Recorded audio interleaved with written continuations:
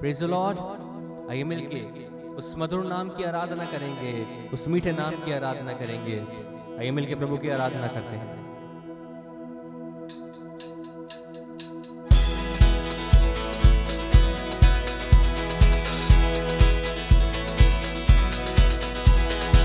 कितना मधुरतम है प्रभु तेरे आंगन में वास करना, कितना मधुरतम है, कितना कितना मधुरतम है प्रभु तेरे आंगन में वास करना, कितना मधुरतम है।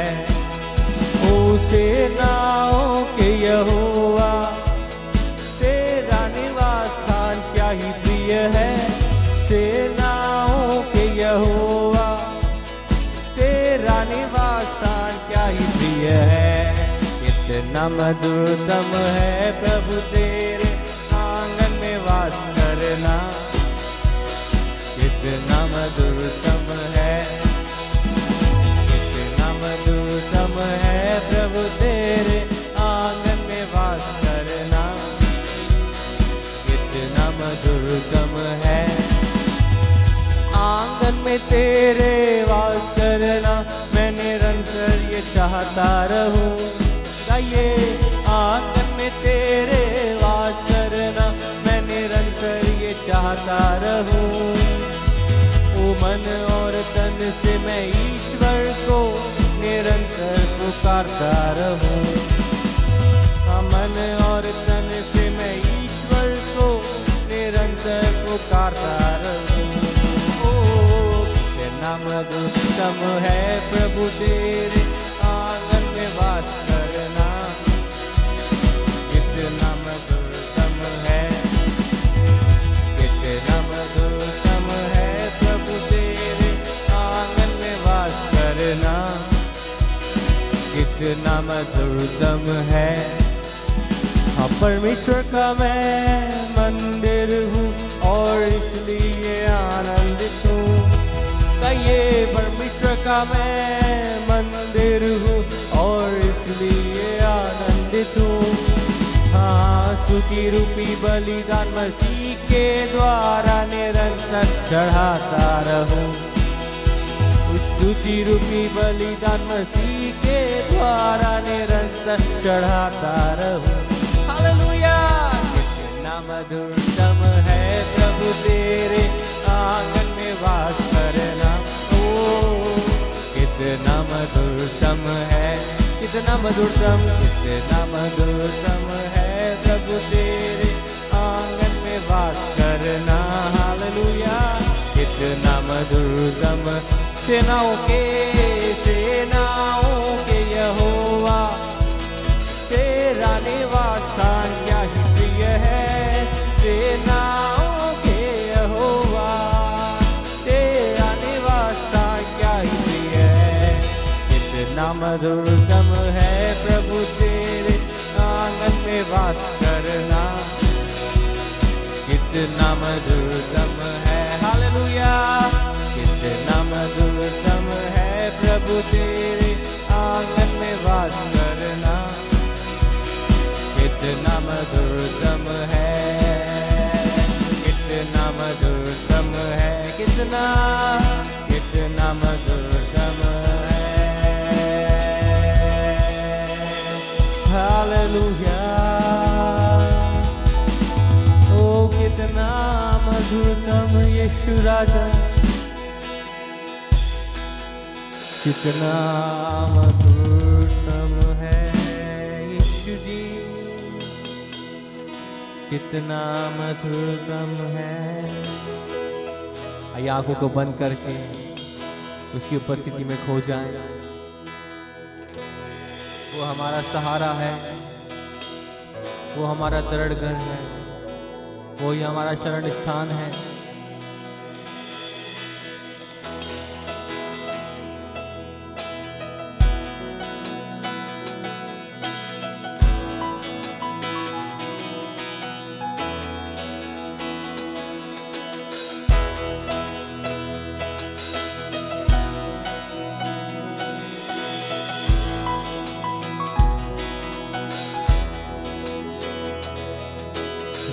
जय नाम यीशु नाम गाऊं मैं सुबह हो शाम। जय जय नाम यीशु नाम गाऊं मैं सुबह हो शाम। जय जय नाम यीशु नाम गाऊं मैं सुबह हो शाम। जय जय नाम यीशु नाम गाऊं मैं सुबह हो शाम।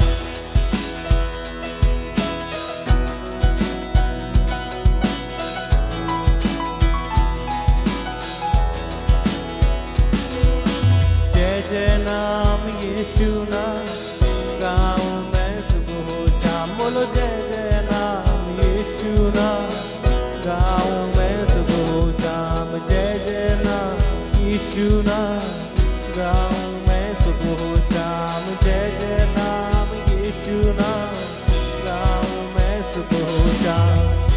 बलहीन का सहारा पापियों का दोस्त है, यीशु तू है कितना प्यारा, शब्द ना कैसे बताऊं। बलहीन का सहारा पापियों का दोस्त है, यीशु तू है कितना प्यारा, शब्द ना कैसे बताऊं। जय जय नाम यीशु नाम गाऊं मैं सुबह हो शाम। जय जय नाम यीशु नाम। जय जय नाम, जय जय नाम यीशु नाम गाऊं मैं सुबह हो शाम। जय जय नाम यीशु नाम गाऊं मैं सुबह हो शाम।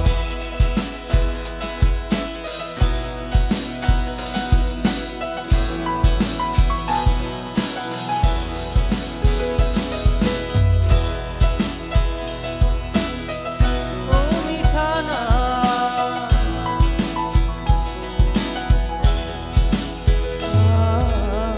तुझ में बना रहूं तो अमृत पल पाऊं मैं, गाऊं तेरी जय सदा तो तुझ सा बन जाऊं मैं।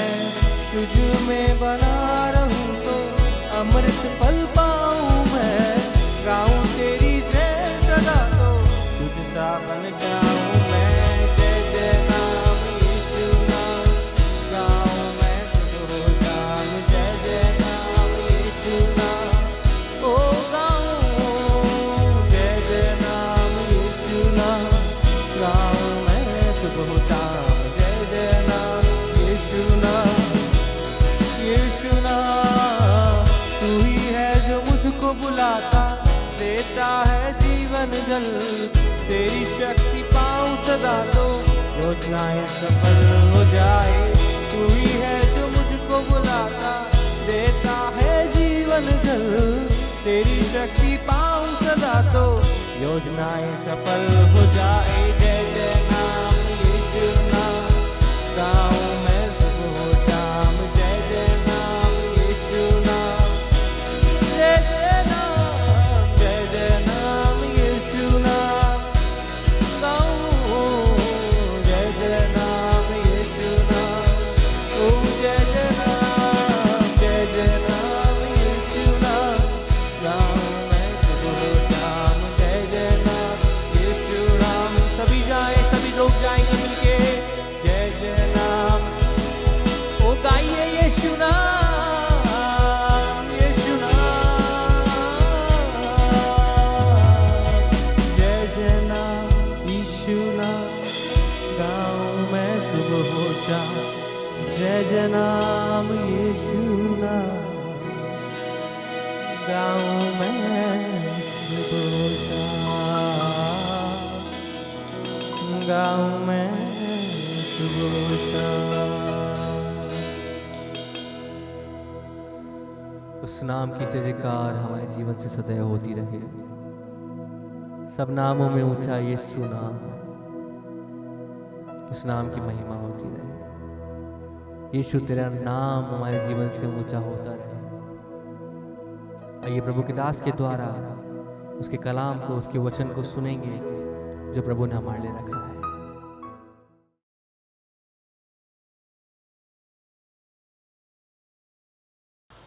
Mount Carmel Church Ajmer YouTube channel से जुड़े सभी विश्वासी गणों को, दर्शकों को जल्द आने वाले प्रभु यीशु मसीह के मधुर मीठे नाम में आज की शाम डेली ब्रेड कार्यक्रम में आप सबका अभिनंदन करते हैं और आशा करते हैं आप अच्छे होंगे। आइए वचन की ओर चलेंगे।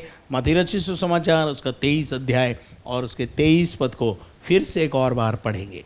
हे कपटी शास्त्री और फरीसियों, एक कपटी शास्त्री और फरीसियों, तुम पर हाय, आगे तुम पुदीने हाँ। और सौंफ हाँ। और जीरे का 10वां अंश तो देते हो, हाँ।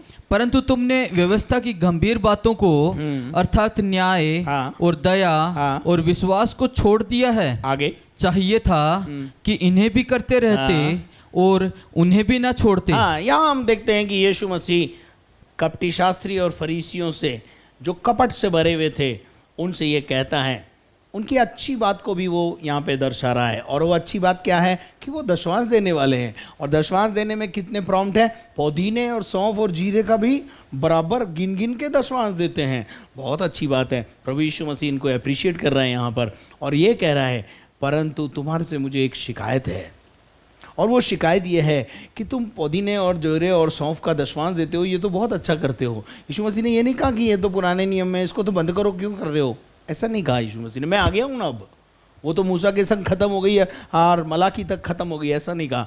यीशु मसीह ने कहा तुम अच्छा करते हो, लेकिन तुमने व्यवस्था की गंभीर बातें अर्थात जो व्यवस्था की और बातें हैं अर्थात न्याय, दया और विश्वास को क्या कर दिया है? छोड़ दिया है। यीशु अंत में यहाँ बोलता है, चाहिए ये था कि तुम उन्हें भी करते रहते, यानी दशवांश भी देते रहते और इन्हें भी ना छोड़ते। जिन चीज़ों को तुमने छोड़ दिया उनको पकड़ लो। तो मेरे अजीजों, हमने पिछले 2 दिनों में दशवांश के विषय में अब्राहम से शुरू हुई मूसा की व्यवस्था और नेहमिया तक हमने इस विषय को देखा। और मैं चाहता हूं कि आज शाम फिर और आगे अपन देखते हैं कि परमेश्वर का वचन हमें क्या सिखाता है। तो आइए आज शाम के समय में फिर एक और बार हम पढ़ेंगे दशवांश कब दिया जाए, कैसे दिया जाए, किसको दिया जाए, इन सब बातों के विषय में आपको मैं थोड़ी थोड़ी सी जानकारी परमेश्वर के वचन से दूंगा। तो देखेंगे, हम पढ़ेंगे व्यवस्था विवरण 12 अध्याय 6 और 7 पद।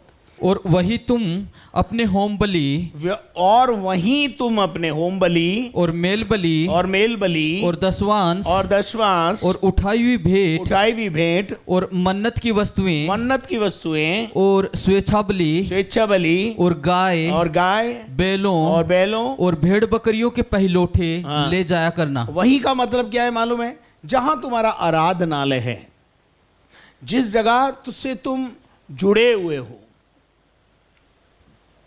आगे इसी में लिखा हुआ है, और वही तुम अपने परमेश्वर यहोवा के सामने भोजन करना। वही तुम, जो स्थान तुम्हारे लिए चुना गया है, जो स्थान तुम्हारे लिए रखा गया है, उसी स्थान पर तुम क्या करना? भोजन किया करना। और अपने अपने घराने समेत और अपने अपने घराने समेत उन सब कामों पर जिनमें तुमने हाथ लगाया हो, जिन पर तुमने हाथ लगाया है और जिन पर तुम्हारे परमेश्वर यहोवा की आशीष मिली हो, आनंद करना। कहां पर? जो भवन, जो कलीसिया या जिस जगह, जिस चरवाहे के अधीनता में तुम चल रहे हो, उनके लिए लिखा है। आगे पढ़ दीजिए थोड़ा सा इसमें। देखिए यहाँ आपको देने के विषय में कहाँ देना है, कहाँ नहीं देना है, क्या करना है, क्या नहीं करना है, ये सब आपको मिलेगा, इसलिए मैं इसको पूरा पढ़ाना चाहता हूँ। पढ़िए। जैसे हम आजकल यहाँ जो काम जिसको भाता है वही करते हैं। जिसको जो भाता है, जो अपनी मर्जी से देने का नियम बना लेता है, आधा उधर भेज दो, आधा उधर भेज दो, आधा फलाने को दे दो, आधा कंगालों को बांट दो, ये कर दो, वो कर दो, ये कर दो, वो कर दो। लेकिन प्रभु कहता है तुम ऐसा नहीं करना, वैसा तुम नहीं करना। जो विश्राम स्थान तुम्हारा परमेश्वर, जो विश्राम स्थान यानी परमेश्वर भवन जो तुम्हें दिया है, जो कलीसिया तुमको दी है, उसमें यहोवा तुम्हारे भाग में देता है, वहां तुम अब तक तो नहीं पहुंचे। आगे, परंतु जब तुम यर्दन पार जाकर उस देश में जिसके भागी तुम्हारा परमेश्वर यहोवा तुम्हें करता है बस जाओ, और वह तुम्हारे चारों ओर के सब शत्रुओं से तुम्हें विश्राम दे, आगे, और तुम निडर रहने पाओ, तब जो स्थान तुम्हारा परमेश्वर यहोवा अपने नाम का निवास ठहराने के लिए चुन ले, उसी में तुम अपने होम बलि और मेल बलि और दशवांश और उठाई हुई भेंटें हाँ। और मन्नतों की सब उत्तम उत्तम वस्तुएं हाँ। जो तुम परमेश्वर के लिए हाँ। संकल्प करोगे, संकल्प करोगे, अर्थात जितनी वस्तुओं की आज्ञा हाँ। मैं तुमको सुनाता हूँ उन सबों को वहीं ले जाया करना, वहीं ले जाया करना, हर जगह नहीं चढ़ाना। आगे लिखा हुआ है, पढ़ दीजिए। और वहां तुम अपने अपने बेटे बेटियों हाँ। और दास दासियों हाँ। सहित अपने परमेश्वर यहोवा के सामने आनंद करना। आगे। और जो लेवीय तुम्हारे फाटकों में रहें हाँ। वह भी आनंद करें, आगे। क्योंकि उसका तुम्हारे संग कोई निज भाग या अंश न होगा। आगे। और सावधान रहना। और सावधान रहना, इसका क्या मतलब है भैया? कुछ बहुत गंभीर बात आने वाली है। और क्या लिखा है? कि तू अपने होम बलियों तू अपने होम बलि, दशवांश, बेटे को हर एक स्थान हर पर एक स्थान पर जो देखने में आए न चढ़ाना। हाँ, जहाँ मर्जी आए वहाँ चढ़ा दिया। नहीं नहीं नहीं नहीं, वचन कहता है जहाँ प्रभु ने तुझे रखा है, परंतु वहीं। जो स्थान तेरे किसी गोत्र में हाँ। परमेश्वर चुन ले वहीं अपने होम बलियों को चढ़ाया करना। आगे। और जिस जिस काम की आज्ञा मैं तुझको सुनाता हूँ 17 पद से पढ़ दीजिए जरा, लांग दीजिए जरा। हाँ। उसको वही करना। हाँ। फिर अपने अन्न या नए दाख मधु आगे। या टटके तेल हाँ। का दसवांश हाँ। और अपने गाय बैलों हाँ। या भेड़ बकरियों के पहिलोठे हाँ। और अपनी मन्नतों की कोई वस्तु हाँ। और अपने स्वेच्छ बलि हाँ। और उठाई हुई भेंटें हाँ। अपने सब फाटकों के भीतर न खाना। आगे। उन्हें अपने परमेश्वर यहोवा के सामने हाँ। उसी स्थान पर हाँ। जिसको वह चुन ले हाँ। अपने बेटा बेटियों हाँ। और दास दासियों के हाँ। और जो लेवीय तेरे फाटकों के भीतर रहेंगे हाँ। उनके साथ खाना। हाँ, आनंद बनाना भी किसके साथ है? अपने लोगों के साथ, याजकों के साथ। और आजकल तो शादी ब्याह कर लेते हैं लोग बाग बिना याजक के। आजकल तो सब चल रहा है। और खैर अभी तो कोविड की समस्या है, हम खुद भी बोल देते हैं कर लो भाई, जैसा भी करना है। लेकिन प्रभु का वचन ऐसा कहता है कि ऐसा नहीं करना है। तुम्हारे आनंद के समय में तुम्हारे याजक, तुम्हारे लेवी तुम्हारे साथ होने चाहिए। तुम्हारे गम के समय में तो उनकी ड्यूटी बनती है कि वो आए, लेकिन तुम्हारे खुशी के समय तुम्हारा फर्ज बनता है कि तुम उनके साथ अपना आनंद को बांटे। आगे पढ़ दीजिए ब्रदर। सब कामों पर जिनमें हाथ लगाया हो आनंद करना। आगे। और सावधान रहे, और सावधान रहे कि जब तक तू भूमि पर जीवित रहे भूमि पर जिंदा रहे तब तक लेवियों को न छोड़ना। तब तक तू अपने याजकों और लेवियों से मुंह मत मोड़ना, छोड़ना नहीं उनको, वो ओझल नहीं हो तेरे से। मेरे अजीजों, परमेश्वर का वचन कहता है छोटी छोटी बातों पर हम अपने पादरियों से मुंह मोड़ लेते हैं। हम पादरी को छोड़ देते हैं, कलीसिया छोड़ देते हैं। क्या आप छोटी सी बात होती है अपना घर छोड़ देते हैं? क्या आपके ऑफिस में जब कोई आपके ऑफिस में कार्यालय के अंदर कभी आपके आपस में लड़ाई झगड़ा होता था, क्या नौकरी छोड़ के जाते हैं आप? हैं? नौकरी तो कैसे छोड़ दूं पादरी साहब, तो चर्च कैसे छोड़ दूं? ये भी तो होना चाहिए ना। आपको कैसे छोड़ दूं पास्टर जी? लेकिन आज किसी को भी कुछ बोलो, सीधा चर्च छोड़ने की धमकी देते हैं। क्यों? पिताजी नहीं तो चाचा जी सही, क्योंकि चाचा जी तो बहुत हैं इस शहर में और झेलने वाले भी बहुत हैं। परंतु एक बात ध्यान रखना, पापा पापा होता है और चचा चचा होता है। जो दर्द पप्पा को होता है ना, वो चचा को नहीं होता। चचा थोड़े दिन के बाद पीछे खड़ा कर देता है अपनी उन औलादों को जिनको उसने खुद ने जन्म दिया था, आगे लेके आता है। ये सच्चाई बता रहा हूं मैं, इसलिए जुड़े रहो। आगे पढ़ो परमेश्वर के वचन में से कि परमेश्वर का वचन हमें कहता है, इसी का पढ़ें 14 का 22 से 26, व्यवस्था विवरण 14 अध्याय और उसके 22 से 26 पद तक पढ़ें। बीज की सारी उपज में से, बीज की सारी उपज में से प्रतिवर्ष खेत में उपजे उसका दशवांश अवश्य अलग करके, जो खेत में रखना। उपजा है उसका दशवांश करके अलग करके क्या करना है? रखना। हाँ, 100 बोरी हुआ है तो 10 बोरी खुदा को देना है, खुदा के भवन पहुंचाना है। चलिए आगे बढ़ दीजिए। और जिस स्थान को तेरा परमेश्वर यहोवा हाँ। अपने नाम का निवास ठहराने के लिए चुन ले, हाँ, वहीं पर ले जाना है। अच्छे से समझ लेना आज शाम। आगे उसमें अपने अन्न और नए दाख मधु और अपने नए दाख मधु और टटके तेल टटके तेल का दशमांश और अपने गाय बैलों हाँ। और भेड़ बकरियों के पहलोठे हाँ। अपने परमेश्वर यहोवा के सामने ओ, खाया करना। अपने परमेश्वर यहोवा के सामने क्या करना? खाया करना, जिससे तुम उसका भय नित्य मानना क्या करोगे? सीखोगे। ये व्यवस्था विवरण में मूसा के द्वारा लोगों को आदेश दिया जा रहा है कि हर जगह नहीं चढ़ाना, हर जगह अपने दशमांश नहीं चढ़ा देना। जो घर परमेश्वर ने, जो कलीसिया तुमको प्रभु ने दी है, उसको, उसमें तुम्हारा भाग आना चाहिए। जिस कलीसिया के तुम भाग हो, आप विदेश चले गए हैं, बहुत अच्छी बात है, पर क्या हमेशा विदेश रहोगे? क्या अपने मदर चर्च को भूल जाओगे? कुछ सालों के बाद आप वापस यहाँ आएंगे, कुछ सालों के बाद आपका ही पप्पा आपको संभालेगा। अभी तो चच्चा संभाल रहे हैं, तो पप्पा को कोई याद ही नहीं करता है जी। ऐसे हो गए हैं मानो कोई रिश्ता ही नहीं है। देखिए, आप भले कहीं भी रहें, विदेश में रहें आप, बहुत अच्छी बात है, लेकिन आपके जन्म मरण और परण और आपके परिवार के जन्म मरण परण कौन निपटा रहा है? आपकी नौकरी लग गई, आप बाहर चले गए हैं, 2 साल यहाँ 3 साल वहाँ, 5 साल यहाँ 3 साल वहाँ, लेकिन एक बेस है आपका, आपकी मात्र कलीसिया आपका बेस है।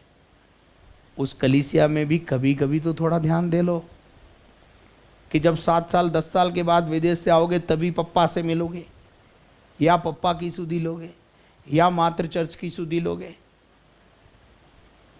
क्या ऐसा ही आप अपने शारीरिक माता पिता के साथ भी कर रहे हो? संसारिक माता पिता, जो शारीरिक माता पिता, उनके साथ भी ऐसा ही कर रहे हो? नहीं ना। फिर हमारे साथ ऐसा क्यों कर रहे हो? जो भी मेरे पास आता है, मैं विदेश जाना चाहता हूँ, पादरी साहब दुआ करो, हम उसे प्रार्थना करके विदेश पहुँचा देते हैं। विदेश पहुँचने के बाद वो भूल जाता है। बहुत कम लोग हैं जो विदेश जाने के बाद भी अपने अगुओं का ध्यान रखते हैं, अपने अगुओं को भूलते नहीं हैं।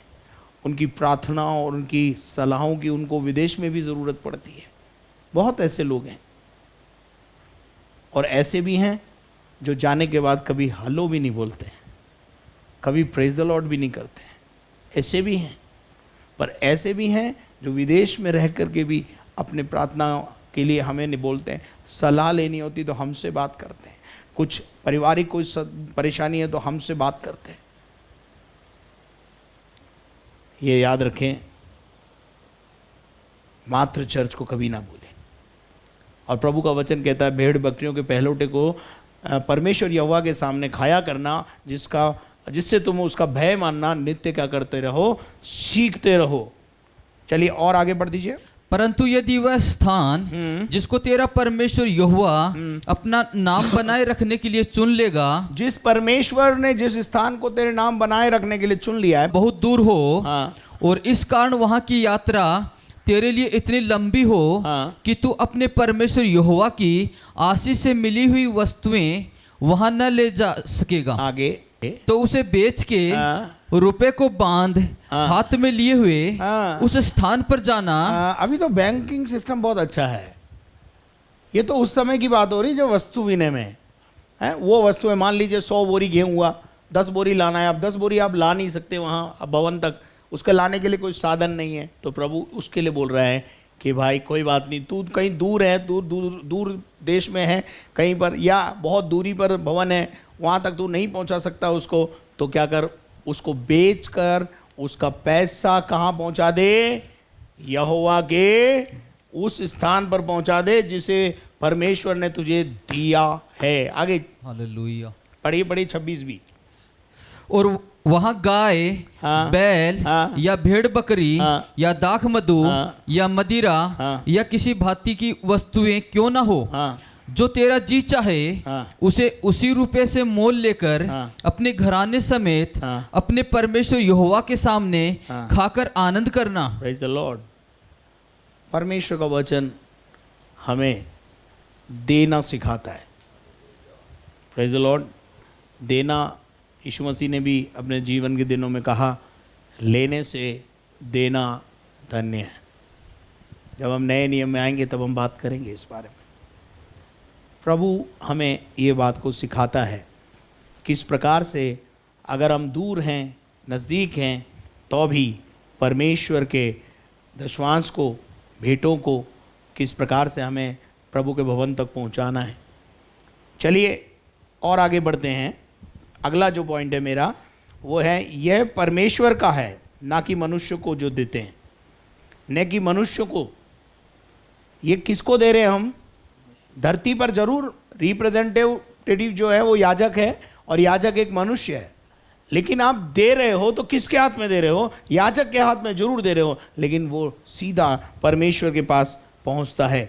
चलिए अपन देखेंगे कि लेवी व्यवस्था 27 अध्याय और उसके 30 पद से 34 पद तक पढ़े।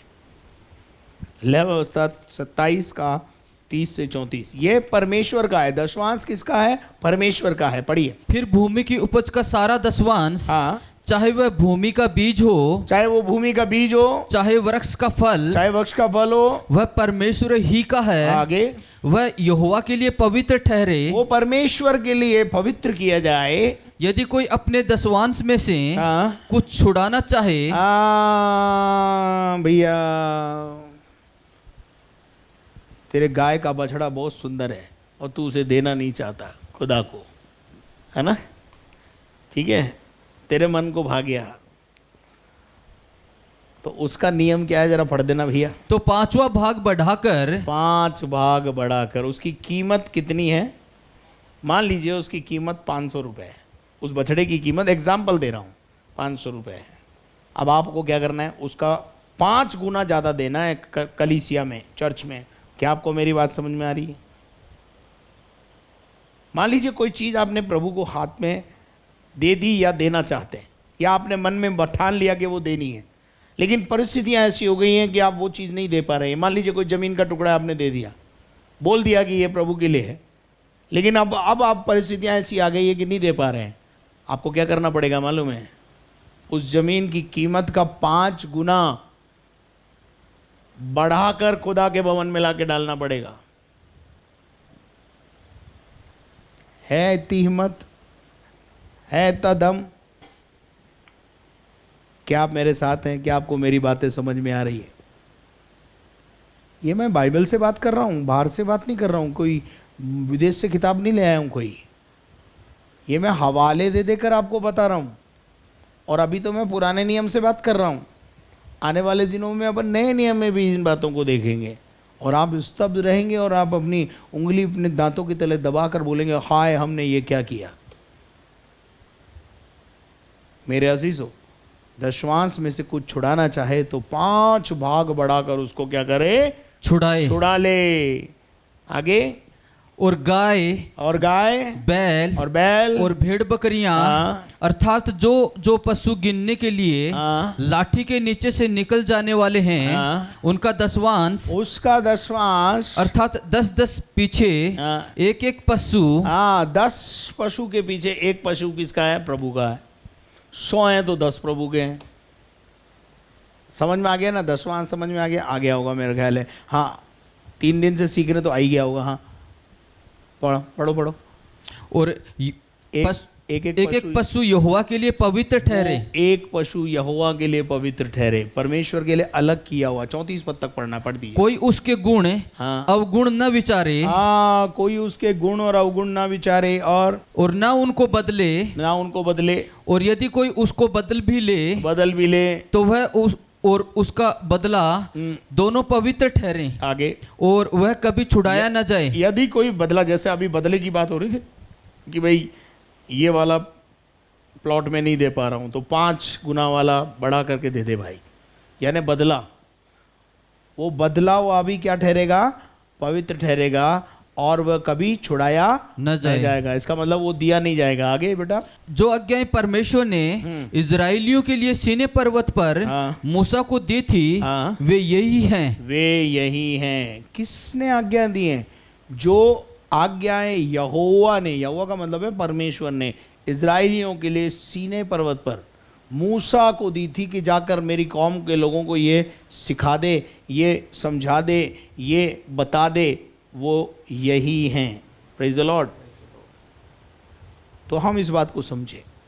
एक और आयत हम पढ़ेंगे, मलाकी नबी की किताब 3 अध्याय और उसका 8 पद। क्या मनुष्य परमेश्वर को धोखा दे सकता है? क्या मनुष्य परमेश्वर को धोखा दे सकता है? पर देखो तुम मुझको धोखा देते हो। परमेश्वर आप पर एक आज मुकदमा चला रहा है, आरोप लगा रहा है कि तुम मुझको धोखा देते हो, और तो भी पूछते हो, और तो भी पूछते हो कि हमने किस बात में तुझे लूटा अरे है? हमने किस बात में परमेश्वर जी आपको लूटा? आप क्यों हमको जबरदस्ती लुटेरा बोल रहे हो? 10 मांस और उठाने की भेंटों में। प्रभु बोलता, भैया तुमने मुझे काई में लूटा है? 10 मांस और उठाने की भेंटों में। काना खोड़ा लंगड़ा लूला लाके मुझे चढ़ा दिया तुमने।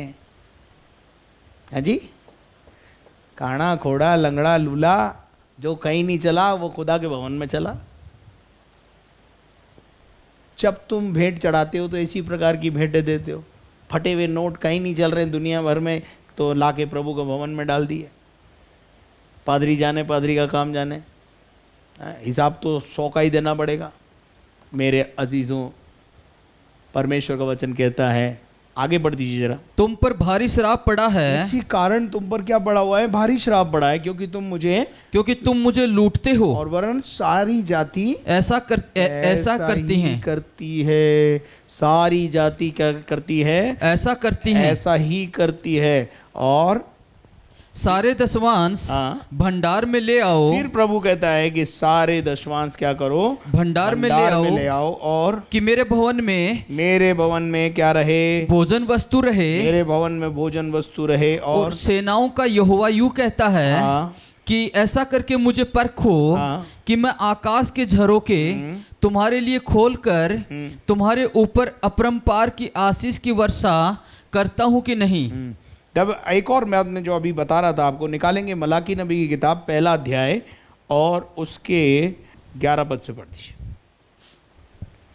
क्योंकि उद्याचल से लेकर अस्ताचल तक जाति जाति में मेरा नाम महान है। जाति जाति में मेरा नाम तो महान है। और हर कहीं मेरे नाम पर धूप और शुद्ध भेंटें चढ़ाई जाती हैं। मेरे नाम पर बहुत सारे लोग हैं जो धूप और शुद्ध भेंटें चढ़ाते हैं। क्योंकि अन्य जातियों में मेरा नाम महान है। आगे, सेनाओं के परमेश्वर का यही वचन है। आगे बेटा। परंतु तुम लोग उसको यह कहकर अपवित्र ठहराते हो। तुम ऐसा करके उसे अपवित्र कर देते हो कि परमेश्वर की मेज अशुद्ध है, और जो भोजन वस्तु उस पर से मिलती है वह भी तुच्छ है। वह भी तुच्छ है। और फिर तुम ये भी कहते हो ये कैसा बड़ा उपद्रव है। ओहो, ये कैसा बड़ा उपद्रव है भाई। हाँ, इसको उपद्रव मानते हैं लोग अपने ऊपर, अत्याचार मानते हैं, दशमांश मांगते हैं पादरी। अरे तो पादरी क्या करेगा? भवन में काम कैसे चलेगा? आगे, सेनाओं का यहोवा का ये वचन है। आगे, तुमने उस भोजन वस्तु के प्रति नाक भो सिकोड़ी है। तुमने उस भोजन के प्रति क्या करा है? नाक भो सिकोड़ी है। जो स्वर्ग से मन्ना आता था ना, प्रभु भेजता था धनिया जैसा मन्ना, उसको भी इजरायलियों ने निकम्मा कह डाला। ठीक है, उसके बाद क्या लिखा है? और अत्याचार से प्राप्त किए हुए, और काई से प्राप्त किया हुआ? अत्याचार से प्राप्त किया हुआ लंगड़े और रोगी पशु की भेंट ले आते हो। हाँ, खुदा को जब चढ़ाते तो कैसे चढ़ाते हो? रोगी, लंगड़ा लूला, फटा पुराना, गया बीता। अरे खुदा है, उसको सबसे बेस्ट देने की कोशिश करो। हालेलुया। हम उसको बेस्ट नहीं देकर के क्या कर रहे हैं? क्या कर रहा है? आगे बढ़िए, क्या लिखा है? क्या मैं ऐसी भेंटें तुम्हारे हाथ से ग्रहण करूं? क्या मैं ऐसी भेंटें लूं तुमसे? क्या मैं इस लायक हूं? परमेश्वर का यही वचन है। परमेश्वर का यही वचन है। और बढ़ दीजिए फिर। जिस छली के झुंड में नर पशु हो। जिस छली के, यानी जिसके, छली का मतलब है जो छल देने वाला है, छल करने वाला है, उसके नर पशु हो, परंतु वह मन्नत मानकर परमेश्वर को वर्जित पशु चढ़ाए। वर्जित का मतलब क्या है? लंगड़ा लूला, वही टूटा फूटा पुराना धुराना। खुदा को देना है तो बेस्ट दो। आगे, वह श्रापित है। वह श्रापित होता है। और मैं तो महाराजा हूँ। मैं कौन हूँ? महाराजा हूँ। मैं राजाओं का राजा हूँ। अरे तुम मुझे राजाओं को कोई फटी पुरानी भेंट देते हैं क्या? जब आप खुदा को भेंट देते हैं तो सबसे बेस्ट जो आपके पर्स में होता है, कड़क नोट, वो प्रभु को देना है आपको। और आप क्या करते हैं मालूम है? गला सड़ा फटा पुराना 10 के नोट के भी 2 टुकड़े करके एक संडे इसमें डाल देंगे, एक संडे अगले संडे डालेंगे। अब पादरी मिलाता रहे उसको, और या फिर राह देखता रहे कि वो इसका अगला टुकड़ा आएगा तब उसको जोड़ करके मैं जो है बाजार में दे करके बाटे में जा करके देख रहा हूँ। क्या हाल है आज हमारे, मेरे अजीजों। और मेरा नाम जाति जाति में हाँ, भय योग्य है। बस, थैंक यू वेरी मच। अब आप आगे थोड़ा सा और आगे चलेंगे अपन। नेक्स्ट पॉइंट है मेरा, कहाँ लाएं बेटे दशवांश, कहाँ लाएं? थोड़ा सा इस विषय पर और बात करेंगे। हाँ, आज शाम को हमने बात करी पहले कब लाया जाए, और जो भेंट और दशवांश है वो किसका है? परमेश्वर का है। और उसे कहाँ लाया जाए? दूसरा इतिहास 31 अध्याय उसका 12 पद पढ़े। तब लोगों ने उठाई हुई भेंटें, हाँ, दशवांश हाँ, और पवित्र की हुई वस्तुएं हाँ, सच्चाई से पहुंचाई। सच्चाई से पहुंचाई। इसका मतलब क्या है? कोई उसमें घालमेल नहीं किया। और उनका मुख्य अधिकारी कोनन्या नामक एक लेवीय था। हाँ, दूसरा उसका भाई सिम्मी था। हाँ, और कोनन्या हाँ, और उसके भाई सिम्मी के नीचे हाँ, बस ये कहने का मतलब है कहाँ पहुंचाई? लेवी और याजकों के पास। उसके बाद एक और आयत पढ़ेंगे, नहमिया की किताब 10 अध्याय उसका 38 पद। नहमिया की किताब 10:38, 12:44। हम पहले भी इसको पढ़ चुके हैं लेकिन आज फिर अभी पढ़ना पड़ेगा हमको। 10:38। जब लेवी दशवांश लें, जब लेवी दशवांश लें, तब उनके संग हारून की संतान का हाँ, कोई याजक रहा करे। हाँ, याजक की प्रेजेंस में दी जाए। लेवी जब दशवांश लें या कोई लीडर दशवांश ले रहा है तो आप ये वचन बता रहा है कि कोई याजक वहां पर होना चाहिए। और तब उनके संग हारून की संतान का कोई याजक रहा करे। आगे, और लेवीय दशवांशों का हाँ, दशवांश हाँ, हमारे परमेश्वर के भवन की कोठरियों हाँ, में अर्थात भंडार में पहुंचाया करें। लेवी दशवांश का दशवांश जो है परमेश्वर के भवन की कोठरियों में पहुंचाया करेंगे। 12:44 जल्दी से पढ़िए। 12:44। उसी दिन हाँ, खजानों के उठाई हुई भेंटों के हाँ, पहली उपज के हाँ, और दशवांशों की कोठरियों के अधिकारी ठहराए गए आगे, कि उनमें नगर नगर के खेतों के हाँ, अनुसार हाँ, उन वस्तुओं को जमा करे हाँ, जो व्यवस्था के अनुसार हाँ, याजकों और लेवियों के भाग में की थी। लेवी और याजक के भाग में की है, उनको इकट्ठा करे। और क्योंकि यहूदी उपस्थित याजकों हाँ, और लेवियों के कारण आनंदित थे। ओ प्रेज द लॉर्ड, प्रभु को धन्यवाद कि वो सब आनंदित थे। 13:5 इसी का 13:5। और उसने तोबिया के लिए एक बड़ी कोठरी तैयार की थी जिसमें पहले अन्न बलि का सामान और लोभान और पात्र और अनाज, नए दाख मधु के टटके तेल के दशमांश, जिन्हें लेवियों, गवैयों और द्वारपालों को देने की आज्ञा थी, हाँ, रखी हुई थी। हाँ, और याजकों के लिए उठाई हुई भेंट भी रखी जाती थी। हाँ, याजकों के लिए जो उठाई हुई भेंट और दशवांश जो रखा जाता था वो कोठरियों में रखा जाता था। इसका मतलब वो इतनी तादाद में आया करता था। इसका 12 पद भी पढ़ दे। हाँ, 13 तब से हाँ, सब यहूदी अनाज, हाँ, नए दाख मधु हाँ, और टटके तेल के दशमांश भंडारों में लाने लगे। भंडारों में लाने लगे। भंडार का मतलब स्टोर में। स्टोर का मतलब है कहाँ है वो स्टोर? भवन में। तो प्रभु का वचन हमें इस बात को सिखाता है। आगे पढ़ेंगे अपन। हाँ, एक और आयत पढ़ेंगे, मलाकी 3:8। अभी हमने पढ़ा है लेकिन इसी से संदर्भित है कि अपने दशवांश, अपने बेटे। क्या मनुष्य परमेश्वर को धोखा दे सकता है? हाँ, पर देखो, तुम मुझको धोखा देते हो और तो भी पूछते हो हमने किस बात में तुझे लूटा है। हाँ, अभी यहाँ पर एक प्रोविजन और है अगला। यदि उधार लिया जाए, है ना, यदि आप अपना दशवांश नहीं दिए या आपने दशवांश देने में गड़बड़ की है तो आने वाले दिनों में सुधार कैसे होगा, या उसको कैसे पढ़ेंगे, जरा लेव्यवस्था 27 अध्याय उसका 31 पद पढ़ दें। कैसे उसका भूल चूक कैसे लेन देन है, या यदि कोई हाँ अपने दशमांश में से अपने दशमांश में से कुछ छुड़ाना चाहे, कुछ छुड़ाना चाहे तो 5वां भाग बढ़ाकर 5 भाग बढ़ाकर क्या करें, उसको छुड़ाए। अगर आपने एक अंगूठी दी और उस अंगूठी को आप वापस लेना चाहते हो तो बाजार से 5 अंगूठी खरीद के लाके भवन में दो,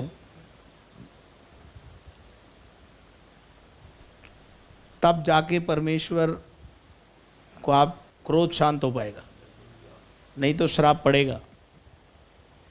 मेरे अजीजों, परमेश्वर का वचन हमें इस प्रकार से सिखाता है। अच्छा 27 का 33 तक पढ़ दीजिए।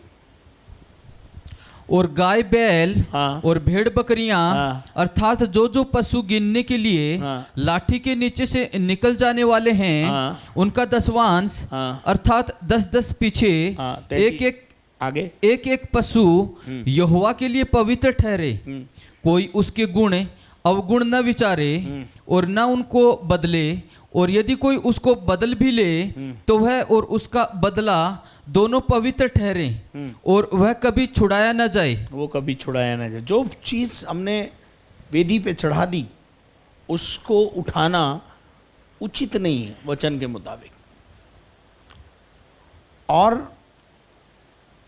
और भी बहुत सारी बातें हैं जो पुराने नियम में है कि एक बार आपने अगर दशमांश दे दिया तो उसका हिसाब मांगने का अधिकार आपको नहीं है। वो अकाउंटेबिलिटी परमेश्वर और परमेश्वर के दास के बीच की है, उससे परमेश्वर लेखा लेगा, आपको उसके विषय में बात करने का अधिकार नहीं है।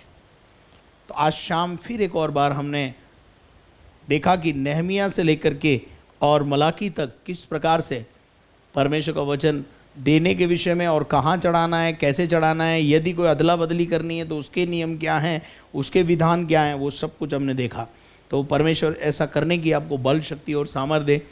आइए हम शाम के समय में सुने गए वचन के नाम अपने जीवन को परमेश्वर के हवाले करें, प्रार्थना करें कि प्रभु ऐसा करने के लिए आपको बल दे। आज तक आपने शायद नहीं किया है, परंतु ऐसा करना चाहिए, ये पुराने नियम की बात है। आइए प्रार्थना करें। धन्यवाद करते पिता परमेश्वर, सुने गए वचन के द्वारा हमने दशवांश के विषय में बहुत सारी बातों को देखा और सीखा। तो हमारी मदद करके हम इन बातों को समझ सकें और इन बातों को अपने जीवन में इम्प्लीमेंट कर सकें। प्यारे खुदावन परमेश्वर, आने वाले दिनों में जब और ज़्यादा और गहराई से इस विषय के बारे में हम देखेंगे परमेश्वर, तो हमारी सहायता और मदद करना। हम घटते जाएं और तू बढ़ता जाए, यह बस हमारे जीवन की इच्छा अभिलाषा है। सारी महिमा तुझे देते हुए प्रार्थना को यीशु मसीह के जलाली और सामर्थी नाम से मांगते हैं। सुन और कबूल कर, आमीन। और अब हमारे खुदावंद यीशु मसीह का फजल, खुदा बाप की मोहब्बत, पाक रूह की रिफाकत और शराकत अब से लेकर हमेशा तक हम तमाम ईमानदारों के साथ अब से लेकर हमेशा तक होती रहे। और हम सब बोलें आमीन। मेरे अजीज़ों, यदि आपने हमारे चैनल को सब्सक्राइब नहीं किया तो जल्दी से आप उसे सब्सक्राइब करें, बेल आइकन को दबाएं, शेयर करें, लाइक करें। प्रार्थना टावर के नंबर स्क्रीन पर हैं, उनका इस्तेमाल करें।